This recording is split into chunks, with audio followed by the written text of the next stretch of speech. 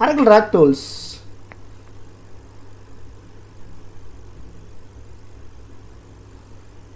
RAC administrator cluster database is a single system image using a server control utility, ServiceCTL, Oracle Database Manager, SQL Plus and other utilities.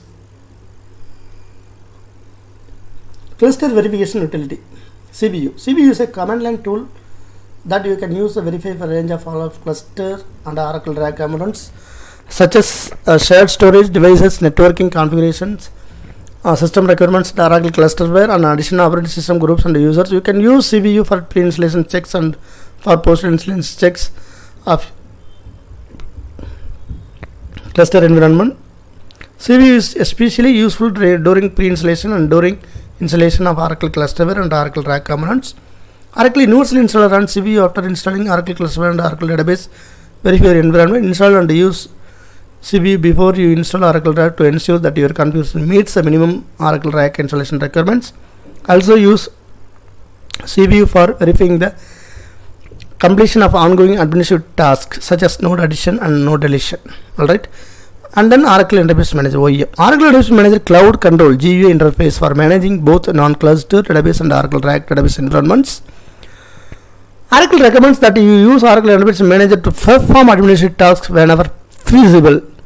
You can use Oracle Database Manager Cloud Control to also manage Oracle RAC OneNote databases. And then SQL Plus command line utility. SQL Plus commands operate on current instance. The current instance can be either the local default instance on which you initiated your SQL Plus session, or it can be remote instance which you connect with the Oracle Net Services. Right? We'll move to next slide. Server control utility. ServiceCTL. ServiceCTL is a command line interface that you can use to manage an Oracle RAC database for a single point. You can use a service to start, stop databases and instance and delete or move instances and services. You can also use a ServiceCTL to manage configuration information. Oracle Real Application Cluster OneNode, Oracle RAC OneNode, Clusterware and Oracle AISM. DBCA. The recommended utility creating initially configuring Oracle RAC, OneNode and Oracle non-clustered services. Fleet patching and provisioning. Use fleet patching and provisioning to patch, upgrade and provision Oracle RAC databases. Here is the diagram. Cluster verification utility. This is the Oracle RAC tools. Cluster verification utility CVU, Oracle Database Manager OEM, SQL Plus, SQL Server Control, ServiceCTL, Database Configuration Assistant DBCA, Fleet Patching and Provisioning FPP. Alright, we'll move to next. Database files and RAC. Each instance must have access to all the database files, including the database files associated with the undo tablespace and control files. Each instance must have an undo tablespace dedicated to it. All the undo tablespaces must be in shared storage. All redo files must be inaccessible to all the instances. Each redo file should be multiplexed in a single instance. When using AISM with normal redundancy, each redo log member is mirrored and a second multiplex member is placed in different disk group. Each instance must have at least 2 redo log groups, also called a thread. The temp files associated with the shared temporary table spaces or in shared storage can spill to local storage when using a local temporary table spaces for more. Okay, you can create a shared temporary table space by specifying the temporary table space class. A shared temporary table space store temp files on shared disk so that the temporary space is accessible to all the database instances. Starting with Oracle Database 12 release 2 12.01. You can create a local temporary table space by specifying the local temporary table space class. Local temporary table spaces are useful in an Oracle cluster environment. They store a separate non-shared temp files for each database instance, which can improve I/O performance. A local temporary table must be a big file tablespace. There should be at least 2 multiplexed control files accessible to all instances, such as redo log files. So multiplexed control files should be placed in different disk group. A common SP file with both the common parameters in instance specific parameters is highly recommended in shared storage. The SP file can be stored in AISM.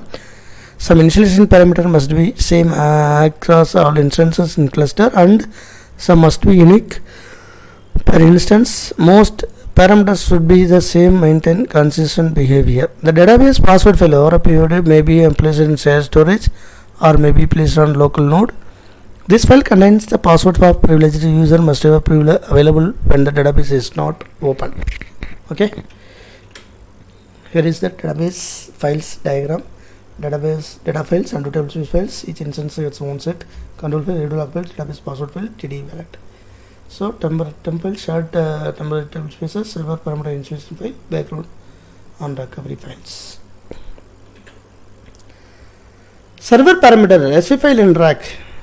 When you create the database, DBC creates an SV file in the file location that you specify. This location can be an ASM-based group, a cluster file system file, or a shared raw device. If you manually create your database, it is recommended that you create an SV file from PIF file. All instances in the cluster database use the same SV file. Because of SV file is a binary file, do not edit it. You can change SV file settings by EM or alter system call statements. Rack uses a traditional P file only if the SV file does not exist or specifies the P file in your startup command. Using SV file simplifies administration, maintaining consistent parameter settings, and guaranteeing parameter settings persistent across database shutdown and startup. In addition, you can configure RMAN to back up your SV file.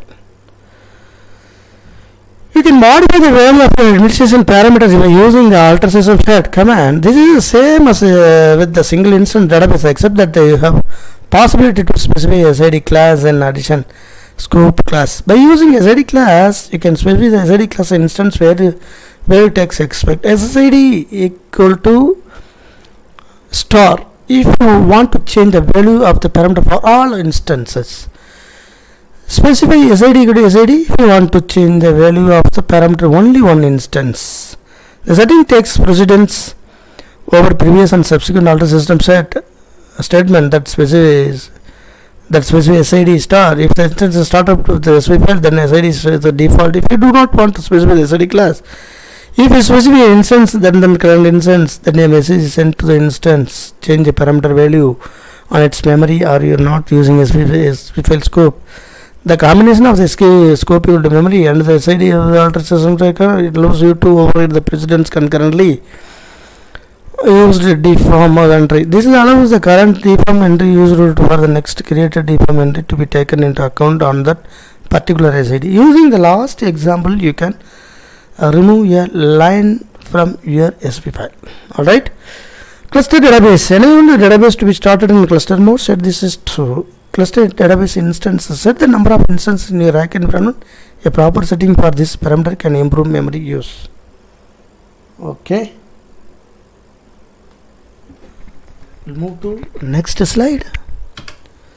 Cluster interconnect. Specify the cluster interconnect when there is no more than one interconnect. For your platform specific documentation for this parameter, syntax is behavior. You can typically do not set the cluster interconnect parameter. For example, do not set this parameter for following common configuration. If you have only one cluster interconnect, if the default cluster interconnect meets the bandwidth requirement of your rack database, it's typically the case that if NIC bonding is being used for interconnect, when the OFG global configuration can specify right cluster interconnect, if only it only needs to be specified and override of the OFCFG configuration. D-name. If you set the value of D-instance specific parameter files, the setting must be identical for all instances. Dispatcher. Set this parameter to enable a shared server configuration, that is a server that is configured to allow many users process to share very few server processes. Okay. Node 1 rack init rack 01.ora SV file, shared storage SV file. Node 2 rack init rack 02 ora SV file. Alright. TD key stores in rack. When used by rack instances for transparent database encryption, TDE may be a local copy of common wallet shared by multiple nodes.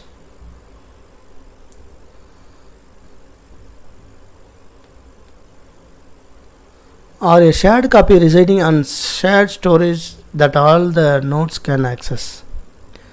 A deployment with a single wallet and a shared disk requires no additional configuration to use transparent data encryption.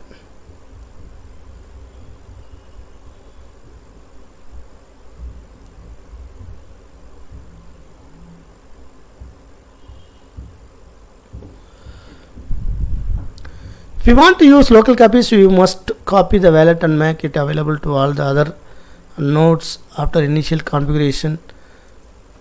For system using transfer data encryption with encrypted wallets, you can use any standard file transport protocol. For system using transfer data encryption with obfuscated wallet, file transfer through the security channel is recommended. That wallet must reside in the directory specified by the setting in the wallet underscore location or encryption underscore wallet underscore location parameter in SQLnet ORA.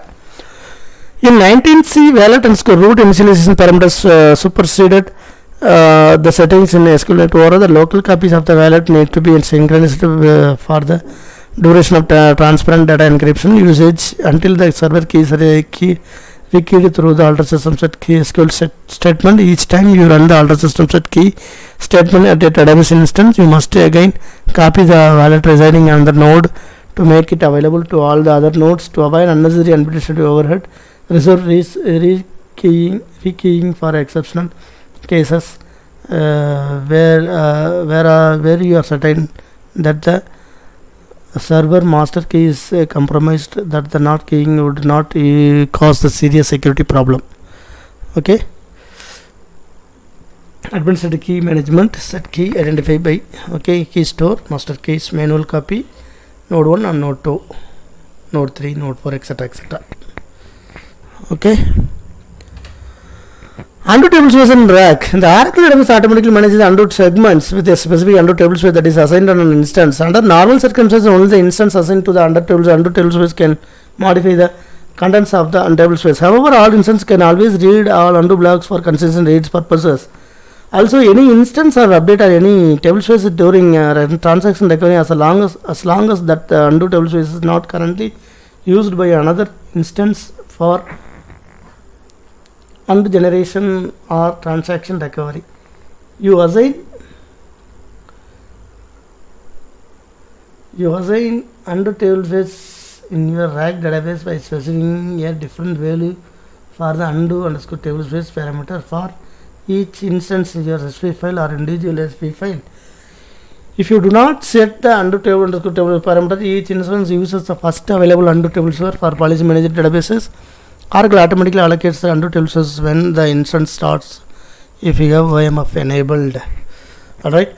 You can dynamically switch undo tablespace assignments by executing alter system or set undo underscore tablespace statement. You can run this command from any instance. In the example below, the previously used an undo tablespace undo TBS assigned to the rack 1 instance remain and assigned to rack 01 active instance commits. The pending offline tablespace may be unavailable for the other instances until all transactions against the tablespace are committed.